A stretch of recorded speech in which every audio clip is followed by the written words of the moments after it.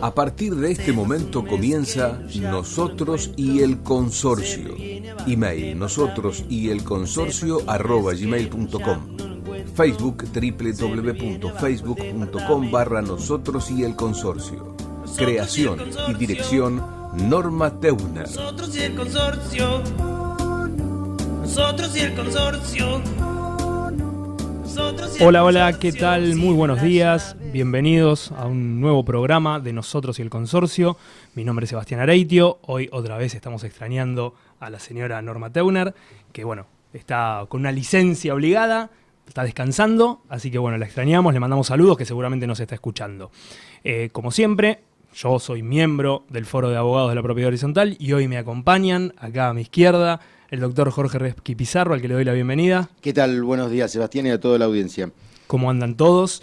Bueno, hoy somos dos nada más, la verdad, dos, y obviamente con Lucho, que siempre nos está dirigiendo acá. Les damos a la gente la bienvenida, diciendo que hoy hace 14,4, ¿no? Sí, 14,4 grados en la capital federal. Le decimos a todos los oyentes que se pueden contactar en vivo al programa llamándonos al 4371-7045 o 4371-7046. Eso es, en vivo, salen al aire o le dejan al Lucho las preguntas y si no, después nos pueden contactar, no solo ahora, sino durante toda la semana, al mail del programa que es nosotrosyelconsorcio@gmail.com, al mail del Foro de Abogados que es forodeabogadosph@gmail.com. Y si no, en todas nuestras redes sociales que las encuentran en nuestra página de internet como www.forodeabogadosph.com.ar, que ahí están todas más ordenaditas, más prolijas, las pueden encontrar más fácil. Y si no, se las digo que es en Twitter, @foroabogadosph, en Instagram, @forodeabogadosph, y si no, en Facebook como Foro de Abogados de la Propiedad Horizontal. Dado todos los anuncios, muy bien, vamos a arrancar con el programa de hoy, que hoy nos toca un tema que hablamos poco, en realidad. Hasta ahora hemos hablado poco. Hemos hablado muy poco, que son los conjuntos inmobiliarios. Sí, hablamos poco, Sebastián y audiencia, porque nos hemos abocado desde el 5 de noviembre, por lo menos, en que este programa fue creado y dirigido por Norma Teuner, comenzó a desarrollar, junto con el Foro de Abogados de la Propiedad Horizontal, todos los temas. Hemos abarcado casi todos los temas de propiedad horizontal, algunos con mayor o menor intensidad, seguiremos, por supuesto, haciéndolo, pero nos quedó pendiente lo que se llama un nuevo derecho real, que en el Código Civil, en el nuevo Código Civil y Comercial, es el llamado conjunto inmobiliario. Siempre hemos remarcado que con el nuevo código se crea el derecho real que ya existía en la teoría, ¿no? en la jurisprudencia también. En la doctrina ya lo llamábamos como un nuevo derecho real. Como un nuevo derecho real, que era la propiedad horizontal, pero se fortalece y se crea y se incorpora dentro del llamado numerus clausus, es decir, ustedes sabrán que los derechos reales tienen un número determinado de acuerdo a lo que diga la ley, es decir, los crea la ley, tienen una suerte de un llamado orden público, no hay más de los que están, de los que son. En su momento no lo estaba, como decíamos, la doctrina y la jurisprudencia fueron incorporando esta idea de que era un derecho real precisamente la propiedad horizontal. Esto se ve reflejado a partir de agosto del año 2015 en el título 5 del libro cuarto del Código, que es el de Derecho Real de la Propiedad Horizontal. Y paralelamente se crea en el título sexto, el que va a continuación de la propiedad horizontal, el llamado Derecho Real de Conjuntos Inmobiliarios. Que antes de desarrollarlo, mi opinión, no sé cuál será la tuya, Sebastián, es que mucho de derecho real autónomo no tiene. En verdad, es derecho de la propiedad horizontal. El mismo código después vamos a ver que lo llama derecho real de propiedad horizontal especial por las características disímiles, en algún caso que tienen con el llamado derecho real de la propiedad horizontal común, pero en verdad, para darle autonomía me parece que es demasiado. Pero bueno, la realidad es que el conjunto inmobiliario o los conjuntos inmobiliarios son un derecho real, al igual que la propiedad horizontal es también un derecho real. Son un nuevo derecho real que, si bien tiene muy poquitos artículos, ¿por qué? Porque adhiere casi todo al derecho real de propiedad horizontal específico. Al llamado común, que sería el principal. Exactamente. Sí, en muchas cosas, obviamente, aplica subsidiariamente el título anterior, que es el de Derecho Real de la Propiedad Horizontal. Exactamente.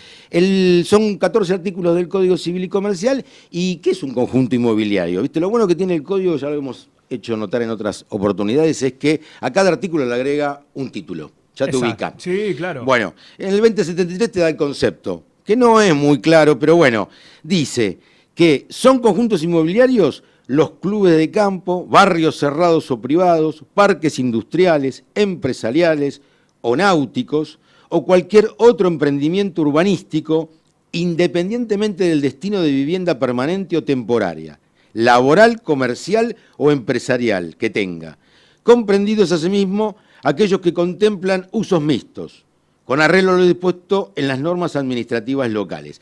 Amplísimo, ¿viste? Acá te agarra todo. Claro, todo lo que todo. Nosotros antes conocíamos de otra manera, countries en unos casos, conjuntos industriales o llamados parques industriales, camas náuticas. Le damos otra denominación. Ahora todos estos son llamados también conjuntos inmobiliarios porque así los define el código. Y en el primer artículo, si bien mucho no te da el concepto, sí te da las características, que también van a estar en el 2074, en el que sigue, que es que no es solamente, y ahí sí se diferencia la propiedad horizontal, que no es solamente derecho privado, derecho real concretamente, sino que indefectiblemente tiene que estar unido y sometido a lo dispuesto por las normas administrativas. Exacto. ¿Qué significa? Lo dice esa última parte del artículo, ¿no? Claro, ¿qué significa esto? Que en cada lugar, cada localidad, en cada municipio, en cada distrito provincial, en la ciudad de Buenos Aires hay muy poco de esto, casi nada, para ser conjunto inmobiliario, además de reunir estas características, tenés que adecuarte a las normas administrativas del lugar, las locales. Porque por lo general estas cuestiones son contempladas en las legislaciones locales. Y como vienen ya de anterior data, en la provincia de Buenos Aires, donde quizás es el lugar donde más se ha desarrollado esto que llamamos conjuntos inmobiliarios, especialmente dirigido a countries, o sea, clubes de campo, barrios cerrados, barrios privados y también parques industriales, hay que reconocerlo que hay muchos en la provincia de Buenos Aires, ya tenían estas disposiciones que venían complementando a los acuerdos que se hacían para conformarlos, necesariamente cumplimiento de las normas locales, normas de geodesia, normas de agrimensura, normas de cuidados o cerramientos perimetrales, bueno, un montón de normativa que en la provincia de Buenos Aires se fue dando sucesivamente ya desde hace más de 4 décadas, hasta antes de la puesta en funcionamiento del Código Civil y Comercial. Bueno, precisamente el 2074 te dice algunas de esas características, te habla de los cerramientos, las partes comunes y privativas, el estado de indivisión forzosa y perpetua de las partes, lugares y bienes comunes, bueno, el reglamento que tienen que darse, los órganos, ahí es muy parecido todo con la propiedad horizontal, el tema de las cargas, de los gastos y cargas comunes, bueno, en verdad, en todo esto... diferenciación de partes comunes, de cosas, partes comunes y sectores, comunes y privativos, o sea, todo. Es bastante similar hasta ahora. Ahí es bastante similar. Sí, bastante similar a lo que es la propiedad horizontal propiamente dicha, ¿no? Al edificio que todos conocemos como propiedad horizontal. Correcto. Vamos a empezar a encontrar algunas diferencias a partir de esas características que vienen en el otro artículo, el 2075, que es el marco legal. Y dice, todos los aspectos relativos a las zonas autorizadas, dimensiones, usos, cargas y demás elementos urbanísticos correspondientes a los conjuntos inmobiliarios, se rigen por las normas administrativas aplicables en cada jurisdicción. Te amplía lo que dijimos en el primer artículo, en la parte final del primer artículo. Todos los conjuntos inmobiliarios deben someterse a la normativa del derecho real de propiedad horizontal. Acá te dice, esto es derecho real de propiedad horizontal, establecido en el título 5, como dijimos, ¿no?, de este libro, con las modificaciones que establece el presente título, a los fines de conformar un derecho real de propiedad horizontal especial. Acá lo dice claramente. Acá te estatuye o te instituye el nuevo derecho real, que se llama Derecho Real de Propiedad Horizontal Especial, que el título, porque ahora tenemos es un derecho real con 2 títulos, o con 2 definiciones. Exacto. Por un lado te dicen conjuntos inmobiliarios en el título del derecho real, y adentro en el 2075 te dice, se llama Derecho Real Autónomo de Propiedad Especial, de Propiedad Horizontal Especial. Claro, bueno, recordémosle a la gente que esto que estamos hablando de los conjuntos inmobiliarios están en el título 6º, y este artículo dice claramente que nos tenemos que basar en la normativa del título 5º, o sea, de la propiedad horizontal propiamente dicha, con las modificaciones del título 6º. Claro. O sea, son 2 títulos los que están en juego. Exactamente. Tenemos 2 títulos en juego que hay que hacerlos jugar sistemáticamente, precisamente, de manera armoniosa. Con lo cual, es entendible también esta cuestión de decir, ¿para qué crearon 2 si hay uno solo? Dentro del mismo hubieran hecho una subdivisión, una subespecie, que en verdad está dado así. Pero bueno, la decisión del codificador fue Esta. esta. Después avanza el articulado del conjunto inmobiliario hablando de cosas y partes necesariamente comunes. Y acá, Perdón, no terminamos el perdón, 2075, sí, el último último por favor. párrafo, que dice los conjuntos inmobiliarios preexistentes, y esto va a llamar Bueno, mucho, este es un tema. este es el tema que más consultas recibimos, dice que los conjuntos inmobiliarios preexistentes que se hubiesen establecido como derechos personales o donde coexistan derechos reales y derechos personales, se deben adecuar a las previsiones normativas que regulan este derecho real. Claro, la esto famosa fue adecuación. la adecuación de los conjuntos inmobiliarios. Esto es un grave problema que se ha generado a través del nuevo código. Ya se han corrido ríos de tinta con respecto a esta cuestión, han opinado doctrinarios, expertos en el tema. En verdad, con respecto a lo que venía, o sea, a partir de agosto era claro, el texto es clarísimo y bueno, habrá que adecuarse a esto. Es decir, de aquí en adelante todos estos conjuntos inmobiliarios, todos estos tipos de organizaciones urbanísticas o de complejos urbanísticos tienen que adecuarse a este título, es decir, conformar un derecho de propiedad horizontal especial, dándose todo lo que dice el articulado que tiene que darse, el reglamento, determinación de cosas y partes privativas, etcétera. Bueno, y partes comunes. Lo cierto es cómo hacían o cómo hacemos para adecuar lo anterior. Porque vos sabrás, y todos sabemos, que gran parte de o la mayoría de los conjuntos inmobiliarios estaban ordenados a través de una suerte de confluencia entre llamados derechos personales. Le explicamos a la audiencia, derechos personales son todos aquellos que tienen que ver con la relación que hay entre las partes a través de la autonomía de voluntad de ellos, de determinar, por ejemplo, no sé, conformar una locación de un bien inmueble o formar un condominio. Bueno, ahí ya estaríamos hablando de derechos reales. Y se organizaban a través de distintas figuras jurídicas, de personas jurídicas, como pueden ser asociaciones, algunos en casos asociaciones civiles, y en otros casos sociedades comerciales. Ahora son sociedades, antes eran sociedades comerciales. Entonces se mezclaban estas dos cosas. Y a pesar de eso, algunos se daban reglamentos de propiedad horizontal o reglamentos de administración. En concreto, por un lado, vos comprabas una parte de un terreno y además comprabas una acción de una sociedad. En el caso de una sociedad comprabas una acción o te asociabas a una asociación civil. Bueno, precisamente para el aprovechamiento de las partes comunes. Ahora todo debe ser dentro del marco de la propiedad horizontal, con las características de esta propiedad horizontal especial, pero el problema se da cuando habla el código de adecuación, es decir, cómo metemos todo eso ahora únicamente dentro de la propiedad horizontal y sacamos del medio los llamados derechos personales que tienen que ver con esas acciones, esas afiliaciones o cuota partes en otras sociedades o asociaciones civiles, etcétera. No nos hemos puesto de acuerdo en este tema. Tanto es así que en un proyecto que ya existe de reforma del Código Civil y Comercial, hace 3 años se empezó a regir el nuevo código y ya se lo piensa reformar en algunos de sus aspectos. Una de esas reformas es esta, directamente retirar esta cuestión de la adecuación, porque y todo quedará como estaba antes y cada uno se organizará de acuerdo a la primigenia forma de organización, ¿no es cierto? Porque esto llevó a muchos conflictos, tanto es así que no hubo legislación posterior. En la provincia de Buenos Aires no hay nada con respecto a esto, no es que se han dictado leyes complementarias para poder, no se ha hecho nada. Lo único que tenemos son algunos fallos. Sí, algunos fallos.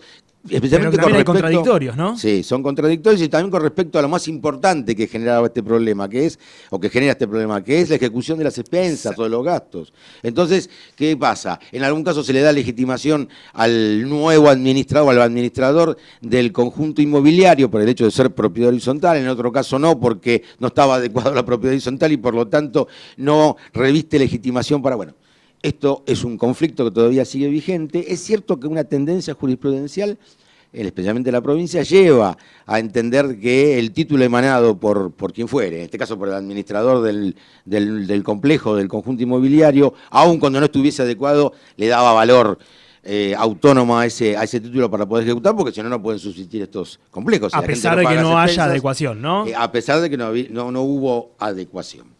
Bueno, después vemos de cosas y partes necesariamente comunes, y ahí más o menos vas a encontrar las diferencias que tienen que ver con la propiedad horizontal común, ordinaria, que tiene que ver con el tema de terrenos destinados a vías de circulación y acceso de comunicación. Eso no se da en un edificio. Acá sí, no nos olvidemos que, por ejemplo, en todo lo que tiene que ver con countries o complejos urbanísticos, las cuestiones de las vías de comunicación, de circulación y la comunicación también con los espacios comunes de aprovechamiento común, áreas de recreación, deportivas, sociales, etcétera, cumple fundamental importancia, es casi la esencia del complejo inmobiliario o del conjunto inmobiliario. También se habla de instalaciones y servicios comunes y todo otro bien afectado al uso comunitario, calificado como tal por el respectivo reglamento de propiedad horizontal que regula el emprendimiento. Las cosas y partes cuyo carácter de comunes o propias no estén determinadas se consideran comunes. Esto lo dice el 2076 en el final. Y esto viene a cuento del mismo, la misma presunción, es un principio, una presunción de comunidad. Comunidad, exacto. Que establece en la propiedad horizontal común también que todo aquello que no sea determinado como privativo, como exclusivo de una unidad funcional, es común. Es de todos. Es de todos. Así que ese mismo principio se repite aquí en los conjuntos inmobiliarios. Después te diferencia las cosas y partes privativas, te dice que la unidad funcional que constituye parte privativa puede hallarse construida o en proceso de construcción. Y acá hay una definición importante y además diferenciada de la propiedad horizontal y de lo que vimos precisamente la semana que viene, la cuestión de la prehorizontalidad. Y dice, y debe reunir los requisitos de independencia funcional según su destino y salida a la vía pública por vía directa o indirecta. Aquí no hay muchas diferencias, pero sí en la primera parte, donde la parte privativa ya no es una unidad construida. La propiedad horizontal, la parte privativa o de dominio exclusivo, es una unidad construida, terminada, afectada al régimen. Antes es prehorizontalidad. Ahora, en el caso de la propiedad, del derecho de propiedad horizontal especial, de este nuevo derecho real autónomo, tanto puede ser la construida como la que está en proceso de construcción. Puede ser el terreno. Claro, el terreno es también una unidad funcional. Y está bien porque se adecua a la forma de constitución, por ejemplo, de estos llamados clubes de campo. Lo que pasa es que por lo general el terreno y por ahí no construís por un tiempo determinado. Exacto. Pero sos dueño, sos parte tenés una unidad funcional. ¿Por qué? Porque el sistema necesita que vos también aportes, aunque porque no además construido. también podés utilizar las partes comunes. Claro, en cambio, en la propiedad horizontal claro. específica del edificio, Claro. necesitas de una unidad construida para construirla de arriba. Correcto. No podrías hacer un edificio sin terminar todas las unidades, no terminar terminado el edificio, no podrías ir ocupando algunos espacios, pero en verdad no podrías terminar el edificio, esto está claro, y no podrías afectarlo al régimen de propiedad horizontal, pero acá sí, vos podés tener construidas un montón de casas y otro lugar un montón de terrenos. De hecho, existen muchos barrios cerrados o countries que se van habilitando por etapas. Exactamente, justamente se van ampliando. Esto te lo permite, ¿no? Porque vos tenés una unidad sí. funcional que tiene que pagar expensas, obviamente. Correcto. Y que bueno, lo vamos a ir habilitando a medida que va creciendo. Como bien dijiste vos, hay muchas personas que compran un lote dentro de un country, por ejemplo, y la idea es, bueno, a partir de un tiempo voy a empezar a construir dentro del terreno, con las características que me fijan, porque sí es muy importante acá tener en cuenta todo lo que es el reglamento interno, es decir, cómo podés construir, de qué manera, cuál es el mínimo de construcción, cuál es el máximo, calidad de construcción, tipo de construcción. Pero además lo que querés cuando compras el lote... y te agrego una cosa, el tiempo de construcción, porque también hay algunos countries, countries o barrios cerrados que te permiten tener una cierta cantidad de tiempo el terreno vacío. Claro, y después te obligan a construir porque, bueno, obviamente tienen que hacer crecer el emprendimiento. Por supuesto, porque no puede haber un lote baldío permanentemente. Creo que si no había quedado claro, está muy bien la puntualización. Tenés un plazo por lo general para poder terminar la obra, no es que podés dejarlo así baldío durante todo el tiempo. Además de descuidar ese baldío, no es un baldío común. Claro. Pero la gente lo hace porque además de ya empezar con porque lo va pagando, cuantificado, por la razón que sea, puede utilizar partes comunes. Claro. Puede ir a la cancha de tenis, puede jugar al golf, puede jugar al fútbol, puede ir a las partes sociales, a las partes recreativas. Es decir, se abre un abanico para la gente distinto al de un edificio donde vos en verdad lo que querés es ir a vivir o a trabajar. No solo puede utilizarlo, sino que también esas partes comunes hay que mantenerlas. Hay que mantenerlas, y para eso tiene que aportar. Para eso hay que aportar, obviamente, si no solo no se puede mover. Claro. Después, otra de las cosas importantes que establece el código es las facultades y obligaciones del propietario, ¿no? Dice, si te parece, lo podés... Sí, lo leemos el 2078, que habla justamente de las facultades y obligaciones del propietario. Y es más o menos lo que decíamos recién. Cada propietario debe ejercer su derecho dentro del marco establecido en la presente normativa, con los límites y restricciones que surgen del respectivo reglamento de propiedad horizontal del conjunto inmobiliario, y teniendo en miras el mantenimiento de una buena y normal convivencia y la protección de valores paisajísticos, arquitectónicos y ecológicos. Viste, bueno, acá se agregan otras cuestiones, pues ya no es solamente las tradicionales que tenemos en la propiedad horizontal común. Acá se agregan otras cuestiones que tienen que ver con el entorno, porque obviamente esto es diferente. En este punto sí es claramente diferente a un edificio sometido al régimen de la propiedad horizontal. Y hay que tener en cuenta estas cuestiones, que son novedosas, ¿no? Que tiene que ver con fomentar y mantener la buena convivencia. Acá es fundamental, porque hay áreas comunes muy desarrolladas. Si bien en los edificios más modernos de propiedad horizontal común también tenés áreas comunes, como los amenities. Amenities, los Zoom, o el Zoom, o la parrilla, o el gimnasio. Claro, la pileta, hasta el landry también, que de alguna manera donde compartís tenés que mantener convivencia, cómo ingresás, cómo salís, de qué manera lo haces, cómo ocupás espacios. Acá es fundamental, si no organizás eso, es un desmadre, ¿no es cierto? Entonces, por lo tanto, ya lo previene la legislación, la norma, y te habla además de la protección de valores paisajísticos, arquitectónicos y ecológicos. Obviamente son enunciados, pero que hacen a que cuando se organice el complejo urbanístico y se le dicte lo que ahora es absolutamente necesario, que es un reglamento de propiedad horizontal, eventualmente un reglamento interno, se tengan en cuenta específicamente estos objetivos que tiene la norma. Creo que apunta particularmente a que, por ejemplo, en una casa, en un country, el mantenimiento de la casa, a diferencia de una unidad funcional en un edificio, lo tiene que dar casi al 100% el propietario. Claro. Por ejemplo, la pintura externa de la casa, por ejemplo, el corte de césped de, por supuesto, de todo lo que es el campo que tiene. Sí, de su jardín, de su lote, de su entrada también, porque a veces tenés el jardín adelante, ¿no? Sí, es fundamental, porque eso conforma parte de la armonía arquitectónica del lugar. Y justamente es la convivencia, lo que tiene que determinar este reglamento, que el reglamento, de hecho, puede, y lo vamos a ver más adelante, prever multas para el caso que es otra de las características, te anticipaste, es otra de las características disímiles o diferenciales. Las sanciones disciplinarias que están previstas. Justamente. En la propiedad horizontal no están previstas. Discusión aparte si corresponden o no. O no. Tampoco están prohibidas. Pero está claro que acá están previstas. ¿Por qué? Porque precisamente estamos hablando del lugar donde va a convivir mucha gente, en espacios comunes. Y depende mucho más de cada unidad funcional, depende mucho más de su propietario. Vos sabés que el 2079 te da otra de las características importantes y diferenciales de este. Acá sí está claramente diferenciado de la propiedad horizontal común. Y te habla de localización y límites perimetrales. Dice que la localización de los conjuntos inmobiliarios depende de lo que dispongan las normas provinciales y municipales aplicables. Otra vez el derecho público, o acá hay una conjunción entre derecho público y derecho privado, funcionando como restricción o límite al dominio. Tenés que adecuarte a esas disposiciones que tanto en las provincias como los municipios pueden determinar para la localización y cómo delimitar, cómo establecer el perímetro del conjunto. Dice, los límites perimetrales de los conjuntos inmobiliarios y el control de acceso pueden materializarse mediante cerramientos en la forma en que las reglamentaciones locales, provinciales o municipales establecen, en función de aspectos urbanísticos y de seguridad. Está claro que es casi íncito en la idea de, por ejemplo, un club de campo, un barrio cerrado o un barrio privado. Está claro que la cuestión de la delimitación del perímetro va de suyo. No conocemos ninguno que no lo tenga. Claro. Precisamente porque además la gente busca, entre otras cosas, privacidad y supuestamente más seguridad. Entonces, como esto está dado, hay que adecuarse a lo que digan las disposiciones de derecho público del municipio y eventualmente de la provincia. Después vemos el tema que acá también hay una serie de importantes novedades con respecto a la propiedad horizontal que tienen que ver con las limitaciones y restricciones reglamentarias. Y el artículo 2080 dice que, de acuerdo a las normas administrativas aplicables, el reglamento de propiedad horizontal puede establecer limitaciones edilicias o de otra índole, crear servidumbres, esto es muy importante, y restricciones de los dominios particulares, como así también fijar reglas de convivencia, todo aquello en miras al beneficio de la comunidad urbanística.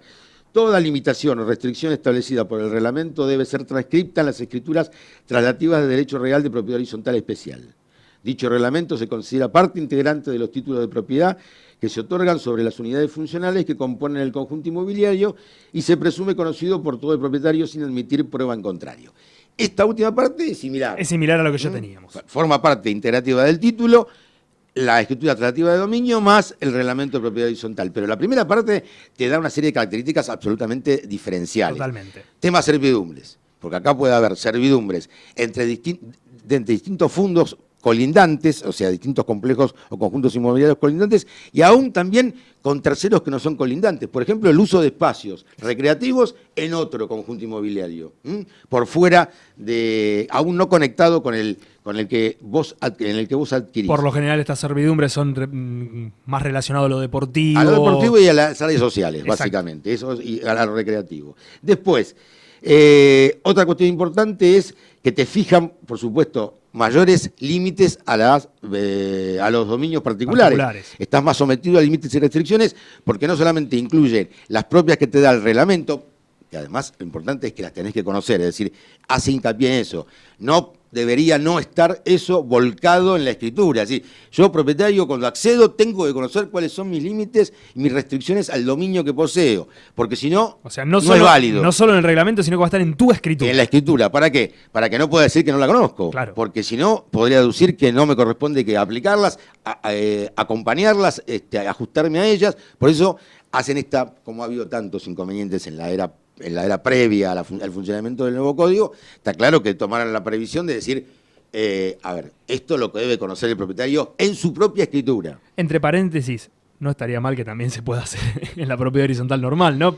Sí, a pesar de que ya lo sabemos que es así. Por supuesto, sí, pero... sí. Por eso por ahí está más destinado a los reglamentos internos dentro de la propiedad horizontal. Pero acá está claro que la idea del legislador, del codificador, es usted tiene que saber cuáles son sus límites y restricciones para poder cumplirlas y no poder ampararse o exonerarse de responsabilidad diciendo, mire, la verdad que yo esto no lo conocía. Lo dice clarito. Se presume conocido por todo propietario sin admitir prueba en contrario. No podés zafar de eso. No podés zafar de eso. Bueno. 2081. Gastos, si te parece, gastos y contribuciones. Sí. Los propietarios están obligados a pagar las expensas, gastos y erogaciones comunes para el correcto mantenimiento y funcionamiento del conjunto inmobiliario en la proporción que a tal efecto establece el reglamento de propiedad horizontal. Dicho reglamento puede determinar otras contribuciones distintas a las expensas legalmente previstas en caso de utilización de ventajas, servicios e instalaciones comunes por familiares e invitados de los titulares. Claro, acá te da un panorama muy parecido en la primera parte a la propiedad horizontal común, a la ordinaria, pero como tiene que ver ahora con esta cuestión de, viste, las peculiaridades en el caso de complejos urbanísticos destinados a vivienda y recreación. Ahí, cómo juega la cuestión de tengo mayores derechos porque, por ejemplo, puedo hacer que mis familiares, aquellos que no forman parte de mi familia y que convivan directamente en el predio, en el lugar, puedan utilizar espacios comunes, que esto es muy común, Totalmente. Ir a pasar un día, un fin de semana, un asado, y además utilizar o no, de acuerdo a las previsiones que tenga el reglamento y las posibilidades de los propietarios, los espacios comunes, recreativos. Totalmente apuntado a las partes comunes y nuevamente deportivas y sociales, ¿no? Correcto. Y eso hay que tenerlo muy en cuenta porque es esencial, es nodal dentro de este sistema que se creó, ¿no es cierto? Exactamente. El 2082 habla de la cesión de la unidad y dice, bueno, que el reglamento del conjunto inmobiliario puede establecer condiciones y pautas para el ejercicio del derecho de uso y goce de los espacios e instalaciones comunes por parte de terceros, en los casos en que los titulares del dominio de las unidades particulares cedan temporariamente en forma total o parcial por cualquier título, derecho real o personal el uso y goce de su unidad funcional. Está bien, el reglamento te debe establecer cuáles son las condiciones y las pautas. Por ejemplo, cuando vos alquilás esa propiedad, esa unidad funcional dentro de ese conjunto inmobiliario, si tus inquilinos, tus locatarios tienen posibilidad o no de tener acceso a las partes recreativas, a las partes comunes, a las partes sociales o a las partes a los lugares deportivos. Estos choques de derechos se veían mucho en los alquileres temporarios, claro, ¿no? Cuando uno alquilaba por una temporada para el verano, alquilaba la casa en el country de alguien. Correcto. Y no te permitían utilizar porque eras inquilino la pileta, por ejemplo. Correcto. Esto debe estar previsto en el reglamento del conjunto inmobiliario, donde se deben establecer esas condiciones y pautas para el ejercicio del derecho por parte de los propietarios con respecto a quienes ceden de forma total o parcial, transitoria o temporaria o no, la unidad. Después se habla del régimen de invitados y admisión de usuarios no propietarios. Otra característica. Más o menos por la misma línea, Sí, ¿no? va por la misma línea, pero te da la característica diferencial. Dice, el reglamento puede establecer la extensión y uso de los espacios y goce de los espacios de instalaciones comunes a aquellas personas que integran el grupo familiar del propietario de la unidad funcional y prever un régimen de invitados y admisión de usuarios no propietarios de dichos bienes, con las características y bajo las condiciones que a tal efecto dicta el consorcio de propietarios. Bien. Esto lo determina el consorcio a través de su reglamento. El uso de los bienes comunes del complejo por terceras personas puede ser pleno, parcial o limitado. Te da hasta tres posibilidades. Y Vos continúa, podés- temporario o permanente. Claro, puede ser temporario o permanente. Es siempre personal y no susceptible de cesión ni transmisión total o parcial. Bien. También, está clarito. Permanente o transitoria por actos entre vivos ni mortis causa. Los no propietarios quedan obligados al pago de las condiciones y aranceles que al efecto determine la normativa interna del conjunto inmobiliario, porque muchas veces para acceder a esos lugares, no siendo propietario, Tenés que aún pagar. teniendo la posibilidad de que me sean cedidos, tenés que pagar. Esto tiene que ver con el mantenimiento, obviamente con el sostenimiento del conjunto inmobiliario. Bueno, después, servidumbres, ya hemos hablado algo, y acá un tema interesante, dos temas finales interesantes, si te parece, porque ya tenemos que ir al Sí, ya tenemos que ir al corte en cualquier momento, pero vamos a Transmisión terminar de con el tema. unidades, fundamental, porque viste, algunas veces se habló del llamado derecho de admisión, es decir, no me dejan entrar al cáncer. Después hubo jurisprudencia que determinó que era discriminatorio, que no podía hacerse eso, y después, bueno, empezaron a poner, para hacerlo encubierto o veladamente, empezaron a poner condiciones, no sé, hasta tanta cantidad de hijos, siempre le ponían algún límite. Bueno, pero ahora, concretamente, el 2085, receptando todos estos inconvenientes y estas cuestiones, dice que el reglamento de propiedad horizontal puede prever limitaciones, pero no impedir la libre transmisión y consiguiente adquisición de unidades funcionales dentro del conjunto inmobiliario, pudiendo establecer un derecho de preferencia en la adquisición a favor del consorcio de propietarios o del resto de los propietarios de las unidades privativas. Interesante. No solamente que no podés generar limitaciones, no podés impedir a un propietario que ceda su derecho, su propiedad, pero sí le da al consorcio, al conjunto inmobiliario, la posibilidad de la preferencia, tanto al consorcio como, si no es al consorcio, a otros propietarios del mismo conjunto complejo urbanístico o inmobiliario. Es decir, si está previsto en el reglamento, yo tengo que, si pongo en venta la unidad que tengo, tiene la posibilidad el consorcio de ser, ante la mejor y igualar la mejor oferta, ser quien tenga la prioridad para quedarse. Y lo mismo con otros propietarios y también está previsto. Esto también porque la idea es siempre, si bien no restringir, mantener cierta, ¿no?, homogeneidad en la composición de los propietarios. De los conjuntos inmobiliarios en lo que respecta a las personas que... Eso es una gran diferencia con la propiedad horizontal. Donde no hay limitaciones. Donde no hay ningún tipo de limitación. Sí, podemos tener en cuenta que acá ya lo dice claramente, si bien ya estaría casi zanjado en con la personalidad jurídica del consorcio, en la cuestión dentro de la propiedad horizontal el común, que, ¿te acordás que se debatía antes si podía o no, si estaba dentro de objeto de un consorcio, comprar unidades dentro de ese mismo consorcio? Exacto. Se discutió, hubo fallos, etcétera, hubo hasta resoluciones del registro de la propiedad inmueble y demás, disposiciones técnicas. Bueno, hoy en día, en el título quinto tenemos que la personalidad jurídica está declarada, está reconocida, por lo tanto ya se entiende que casi la discusión muere, fenece. ¿Por qué? Porque si sos una persona jurídica, estás en condiciones de comprar unidades. Y después, la otra diferencia. Lo que hablábamos anteriormente. Una diferencia muy grande. Sí. Acá se prevé taxativamente la posibilidad de aplicar sanciones. El artículo 2086 es el último artículo del capítulo correspondiente a conjuntos inmobiliarios y dice que ante conductas graves o reiteradas de los titulares de las unidades funcionales, violatorias del reglamento de propiedad horizontal, el consorcio de propietarios puede aplicar las sanciones previstas en este instrumento, o en ese instrumento, perdón, mejor dicho.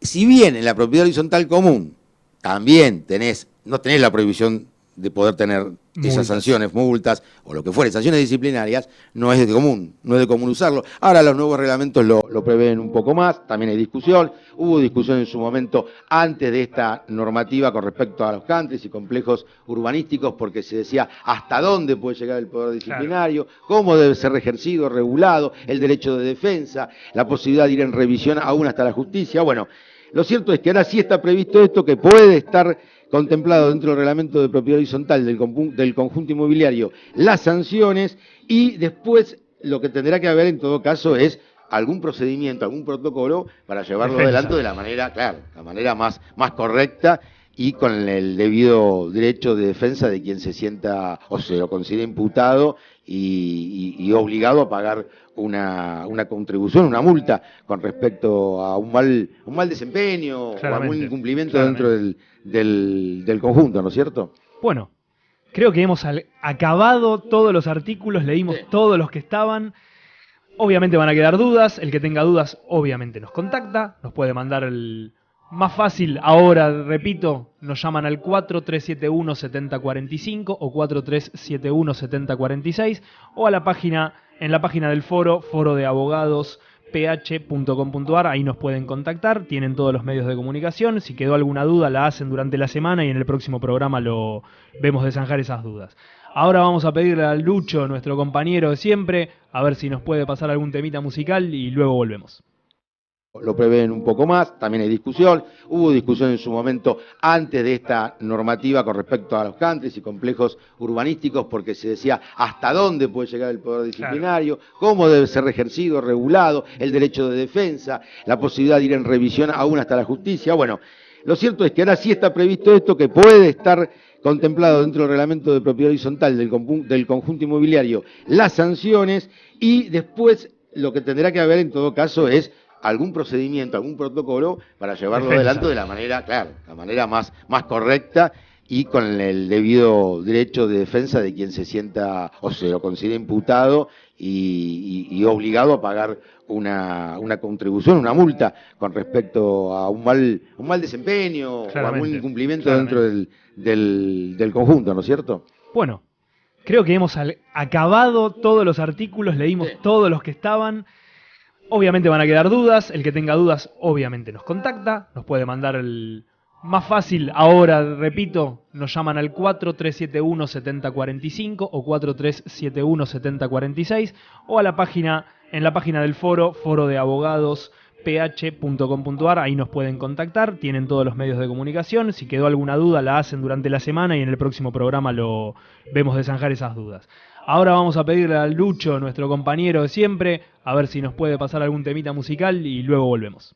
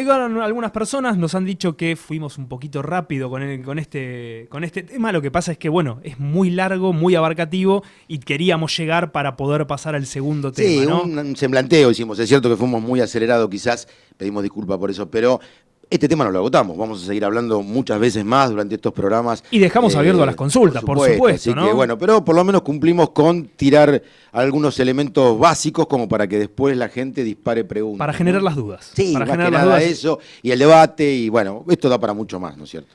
Pasamos al otro tema que teníamos programado para el día de hoy, y es una noticia que salió en el Boletín de Pequeñas Noticias del 12 de abril de este año, que son 3 modificaciones al registro de la propiedad de el bonaerense, el de la provincia de Buenos Aires. El registro, no, de propiedad, sino público de El administradores. registro público de administradores, perdón. Sí, ya me iba para el otro registro, Sí. para el RPI. Sí. Para el registro público de administradores. ¿Por qué? Porque teníamos una ley, la ley 14.701. Te corrijo, tenemos. Tenemos una ley que justamente falta reglamentar. Ujú. Y antes de esa reglamentación se están hablando de 3 modificaciones. Sí, 3 modificaciones que, bueno, ahora la quieren modificar para después reglamentarla. Estamos hace casi 6 años con esta cuestión. Pero bueno, les comentamos a la audiencia, especialmente a los que viven en la provincia de Buenos Aires, tienen una ley, la 14.701, que tiene que ver con la creación de un registro público de administradores, que no se creó, que no se creó efectivamente, porque la reglamentación todavía No se creó el registro, la no ley se creó el sí. registro, la ley está, hay cuestiones, cláusulas que son operativas, plenamente operativas, y de cumplimiento de los administradores. Hasta esto lo ha dicho también en su momento este año, o fines del año pasado, la Suprema Corte bonaerense. Lo cierto es que el grueso y el sentido de la ley no se puede llevar adelante porque no se organiza el registro. No hay administradores inscriptos en ese registro. Bueno, no funciona lo que aquí, por ejemplo, en la Ciudad de Buenos Aires funciona ya desde hace tanto tiempo. Justamente Lo era cierto- la gran discusión, ¿no? Existe la ley, no está reglamentada, entonces la ley no sirve, no se puede utilizar. No la es ley de está esa manera. vigente, es derecho dentro del ámbito de la provincia de Buenos Aires. Lo que pasa es que es operativa en algunas cuestiones y programática en otras. Por Exacto. ejemplo, la cuestión del registro, si no se creó el registro, Al no estar nadie puede ir a registrarse precisamente. Claro, claramente. Bueno, ahora dicen que quieren modificar. Y brevemente, para información de la audiencia, ¿cuáles son las 3 modificaciones que le quieren hacer a la 14.701? Una con respecto a los plazos. Se propone que en caso de renuncia, cese o remoción, el administrador debe poner a disposición del consorcio dentro de los 15 días los libros y documentación relativos a su administración, no pudiendo ejercer en ningún caso la retención de los mismos. Quieren, digamos, adecuar la ley a lo que dice el nuevo Código Civil y Comercial, así como se hizo en la Ciudad de Buenos Aires a través de la 5.983, se adecuó ese plazo de entrega por parte del administrador a lo que dice como ya lo hemos visto en anteriores ediciones de nuestro programa, lo que dice o lo que establece el Código Civil y Comercial de la Nación. Las multas. Se habla de aplicar las multas, pero no, como dice la ley. En ese sentido era bastante señera la ley. Claro. Decía que las multas iban para el consorcio, infraccionado, digamos, al consorcio perjudicado por el administrador incumplidor o infractor. Ahora se dice, bueno, la idea es volver al principio propio del derecho consumeril, donde en verdad la multa va para el Estado, especialmente para la dirección que corresponde de derecho de los consumidores, de defensa de los derechos de consumidores y usuarios. Y finalmente el tema de la prescripción.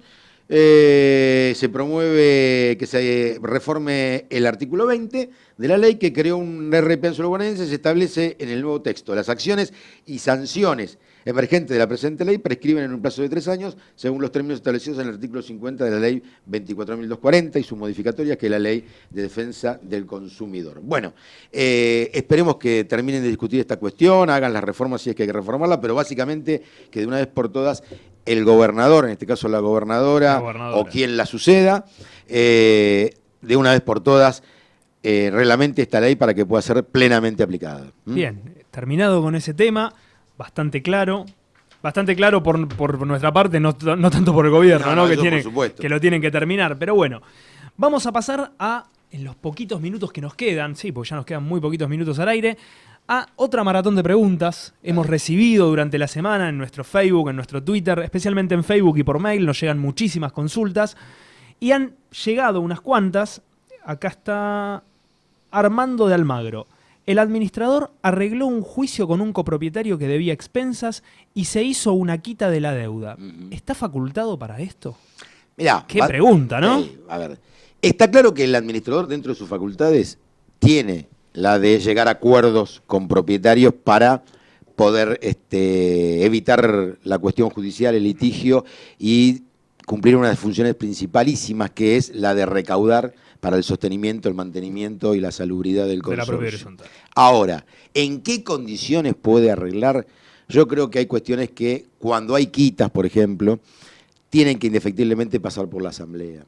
A no ser que el reglamento prevea algo, o haya hasta un reglamento interno que disponga alguna delegación en esta cuestión con respecto a someterlo a decisión de que tampoco sería muy adecuado, de un consejo de propietarios, etcétera. Pero lo cierto es que cuando hay una quita, hay un detrimento, de alguna manera, en el erario consorcial. Y yo creo que esto no lo puede asumir per se el administrador dentro de su facultad. O no debería, por lo menos, hacerlo, Desde el punto de vista funcional no me cabe ninguna duda que no debería, porque se complica la vida, se pone en un brete que es innecesario. Pero aún así, a veces se plantea estas cuestiones por temas de urgencia, claro. ¿viste? Se dice, bueno, necesitamos la plata rápidamente, no podemos reunir a la asamblea, esto demanda demasiado tiempo, bueno, lo solucionamos.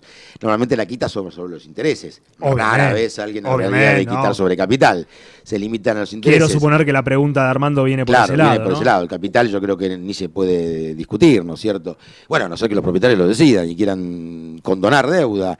Pero sobre los intereses, a veces se dice, como la tasa que aplica el consorcio es muy alta, que a veces sucede, ¿no es cierto? Bueno, ahora no sé si es muy alta, porque creo que ninguna tasa establecida en ningún reglamento de propiedad horizontal podría ser más alta que la tasa que te están cobrando para un crédito, por ejemplo. Y hoy en día, con la inflación que tenemos, tampoco me parece. Es difícil, ¿no? Pero bueno, pongamos que en tiempos más normales la tasa es muy alta, la que cobra el consorcio, y se le morigera esta cuestión de los intereses. ¿Por qué? Porque saben que eventualmente en un juicio el juez lo va a bajar. Con su facultad morigeradora lo va a adecuar a lo que, en el caso de, por ejemplo, de la capital federal, la Cámara Civil tiene como ya establecido, de acuerdo a su jurisprudencia, como el tope a cobrar. Así que bueno, pero igualmente, a ver qué te parece, Sebastián, recomendamos al administrador que llamen a una asamblea extraordinaria y trate este tema, le meta algún otro tema importante. Sí, a mí acá lo que me deja en la duda la pregunta de Armando es que el administrador arregló un juicio.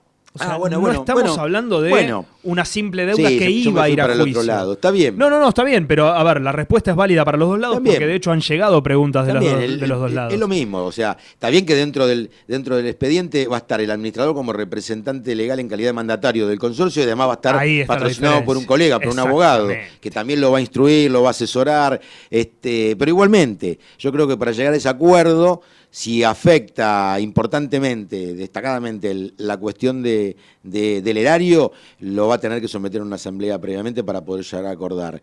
Y es importante ahí que va a jugar esta cuestión, más en un juicio de, mirá, el juzgado no va a ir más allá de esto, o eventualmente ya fue, porque otra cuestión es, por lo general las sentencias salen rápidas, las ejecuciones son lentas a veces, pero digo, si hay sentencia, ya sabés cuál es la tasa, con lo cual la quita, entiendo yo que se hizo, le decimos a Armando que lo averigüe, se hizo sobre el cálculo establecido por la tasa que fijó la sentencia. Así que ahí hay que analizarlo. Bueno, en todo caso le invitamos a que nos traiga el problema concreto y lo desarrollamos. Bien, otra de las preguntas que han llegado al Facebook, en este caso, Mónica, a ver si dice de dónde, de Floresta. Un propietario colocó una parrilla en la terraza. ¿Dónde dice en la ley 13512 que no está permitido? Bueno. Piletas, niños, parrillas, reposeras, sabiendo que es un pH antiguo de 15 unidades. Bueno, acá vamos a corregirle primero, la ley 13512 ya está derogada, claro. Tenemos el Código Civil y Comercial funcionando desde el 2015, desde el 1 de agosto del 2015, y en realidad en la 13512 no lo decía, y en el Código tampoco te lo prohíbe o te lo permite. Eso es más una potestad del reglamento. Aclara la oyente... o la consultante, ¿qué es una terraza? Dice. Es una terraza. ¿Es una terraza común o una terraza...? No lo dice, colocó una parrilla en la terraza. O sea, no me está diciendo si es una terraza común o no. O si es un balcón, por ejemplo. El balcón terraza del último piso. Pero ahí sería común. Por lo general estos espacios son comunes de uso exclusivo. Bien. Y como tales están regulados. La reglamentación establece que allí lo que tiene que hacer el propietario es llevar adelante el mantenimiento del lugar, darle utilidad privativa, es decir, no puede ingresar ahí nadie a no ser que sea por necesidad para poder generar arreglos o mantenimiento, pero tampoco puede cambiarle el sentido o el destino del lugar. Quiero decir, si es un balcón o un balcón terraza, es para eso, es para tenerlo, para solearse, para airearse, pero si no hay una parrilla original, la parrilla no iría. Si cuenta con la autorización, bueno, le agrega algo al destino y ahí podríamos verlo, pero mientras tanto me parece que acá por lo que se ve de la pregunta no hay autorización previa, ¿no? Y yo creo que lo que hay ahí es una transgresión reglamentaria, una infracción reglamentaria.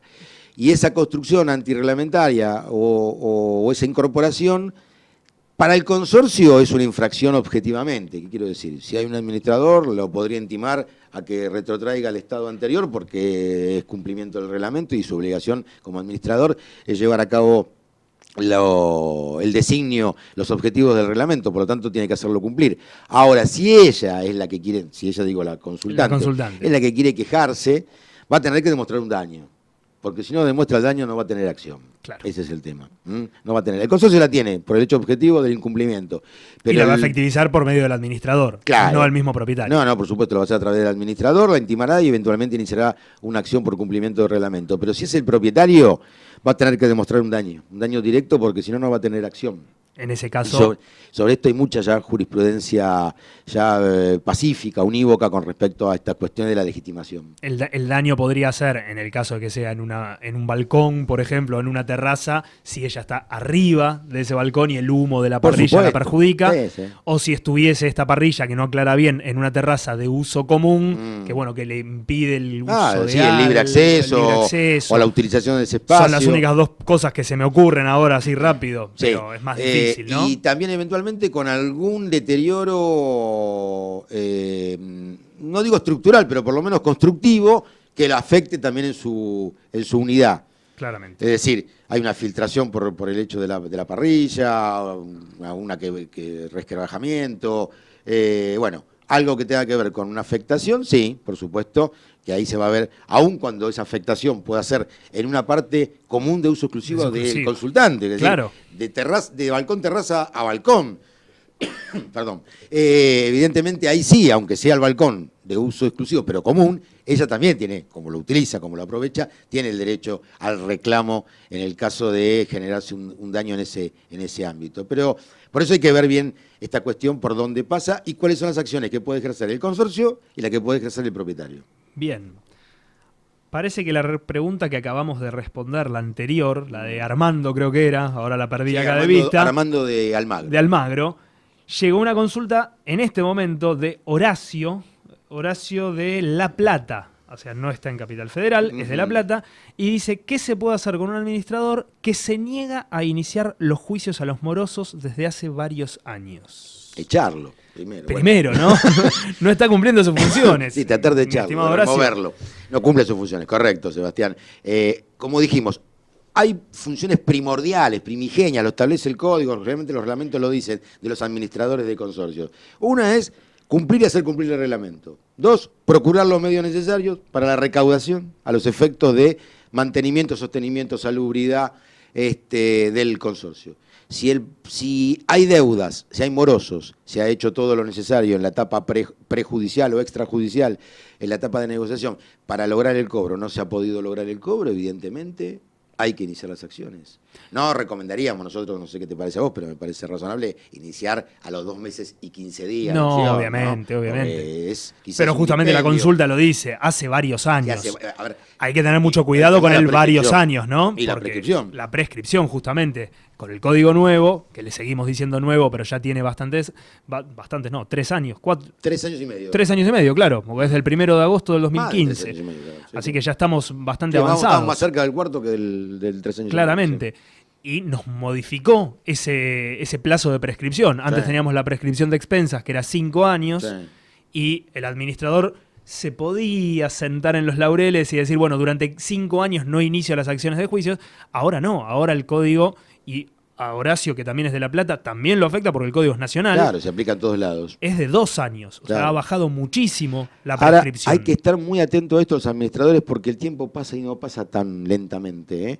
Y si antes pasaban los 5 y prescribían, lo cual ya era un gravísimo era demasiado, ¿no? 2 años también pasan todavía más rápido y suele pasar, y lamentablemente yo tengo vemos a diario en la profesión, en la actividad, que se pasan los tiempos. Muchísimos. Ya, no nos olvidemos que ya a partir lo que estamos en el 2019 ya hay cosas del 2017 que ya están prescriptas. Claro. Por lo tanto, no hace tanto, ¿no? Es mucho tiempo, pasa muy rápido. Con respecto a lo que decías antes, Sebastián, de que 5 años se podía dormir, Está bien, se podía dormir un poquito más, pero hay que cobrar, lamentablemente hay que cobrar. ¿Cómo Yo entiendo sostenés, los cómo casos sostenés la propiedad horizontal? Claro, ¿no? si no hay manera de sostener, vos sabés que esto se hablaba de la savia que nutre al tejido de la propiedad horizontal. Está claro que hay que tener consideración en algunos casos, buscar la forma de negociación, etcétera, los medios alternativos de resolución del conflicto, lo que fuera. Pero tenés que cobrar, porque si no, primero, no sostenés. Segundo, generás de alguna u otra manera una recarga con el resto de los propietarios, una situación injusta. Lo que no paga uno lo tiene que pagar el otro. Claro, porque al fin y al cabo vas a tener que terminar aumentando las expensas porque no te va a alcanzar, es imposible. Si no te paga una cantidad importante. Obviamente. Por ahí, si la mora es pequeña, no pasaría tanto, pero igualmente sería injusto que carguen otros. Pero cierto es que hay que tener mucho cuidado. Bueno, nos han quedado algunas preguntas, pero no nos queda Fue tiempo. una maratón cortita esta. sí. Para nosotros, que bueno, vos no tanto, pero estamos un poco fuera de estado, mejor. Que no llegamos al final, ¿no? Pero bueno, Jorge, te agradezco por haber venido a acompañarme. No, por favor, Nuevamente, un gusto, como siempre. A la gente, a la audiencia, le decimos que, bueno, se pueden contactar a nuestro Facebook como Foro de Abogados de la Propiedad Horizontal. Nos pueden ubicar en Twitter, @foroabogadosph, en Instagram, @forodeabogadosph también, en nuestro mail, que es forodeabogadosph@gmail.com, al mail del consorcio, que es nosotros y el consorcio, @gmail.com. ¿Y qué me quedó? La página de internet, www.forodeabogadosph.com.ar. Muchísimas gracias a todos. Le mandamos saludos a Norma para que se reponga pronto, vuelva, que la estamos extrañando. Y a los compañeros que no vinieron hoy. Y a los otros compañeros, Gustavo Griffith, Hugo Milione y Héctor Breckman, quien también conforman el Foro de Abogados de la Propiedad Horizontal. Muchísimas gracias, gracias Lucho, y nos vemos en la próxima emisión. Las llaves no me anda la luz, no me llega la